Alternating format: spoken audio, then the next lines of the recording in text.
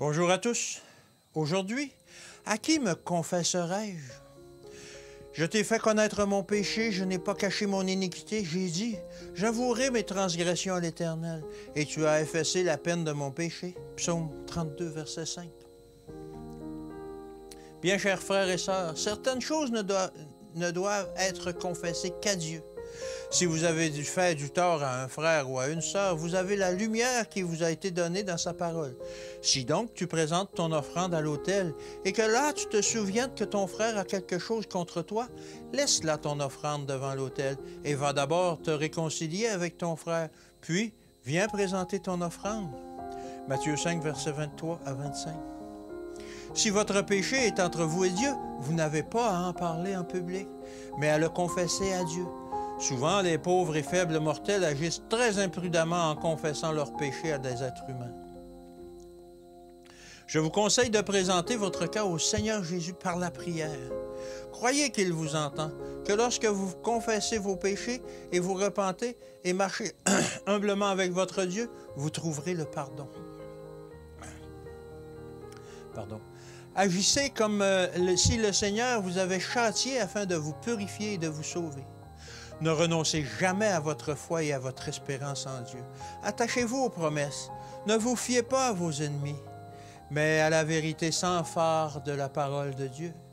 Croyez les affirmations du Seigneur. Appuyez-vous fortement sur le clair. Ainsi parle l'Éternel. Et tenez-vous-en là, que vos sentiments parlent ou non. La foi n'entraîne pas toujours l'extase, mais mettez votre espoir en Dieu. Ayez entièrement confiance en lui. Bien, chers frères et sœurs, confiez-vous au Seigneur comme un petit enfant se confie à son Père. Attachez-vous au Sauveur, que rien ne sépare votre âme de Dieu. Car Dieu a tant aimé le monde qu'il a donné son Fils unique, afin que quiconque croit en lui ne périsse point, mais qu'il ait la vie éternelle. Recherchez la compassion. Attendez-vous à la compassion. Recherchez continuellement les bénédictions. Voyez-les et reconnaissez-les. Et ne vous plaignez pas, ne vous tourmentez pas, ne rejetez pas le blâme sur Dieu, mais dites, « Ô Seigneur, je crois bien que j'ai péché, et parce que j'ai péché, je crois en toi de tout mon cœur. Tu es la vérité et je crois en ta parole. » Qu'est-ce que la religion? C'est la conformité de l'être tout entier à la volonté de Dieu.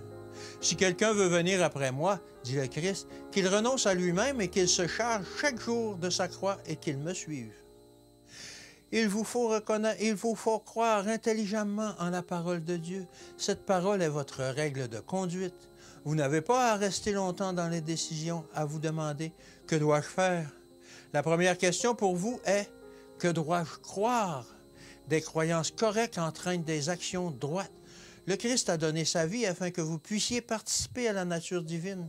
Souvenez-vous que le Seigneur bénira ceux qui mettent leur confiance en lui. Bien, chers frères et sœurs, mettez votre confiance en lui. Que Dieu vous bénisse et qu'il vous garde. Et je vous dis à demain.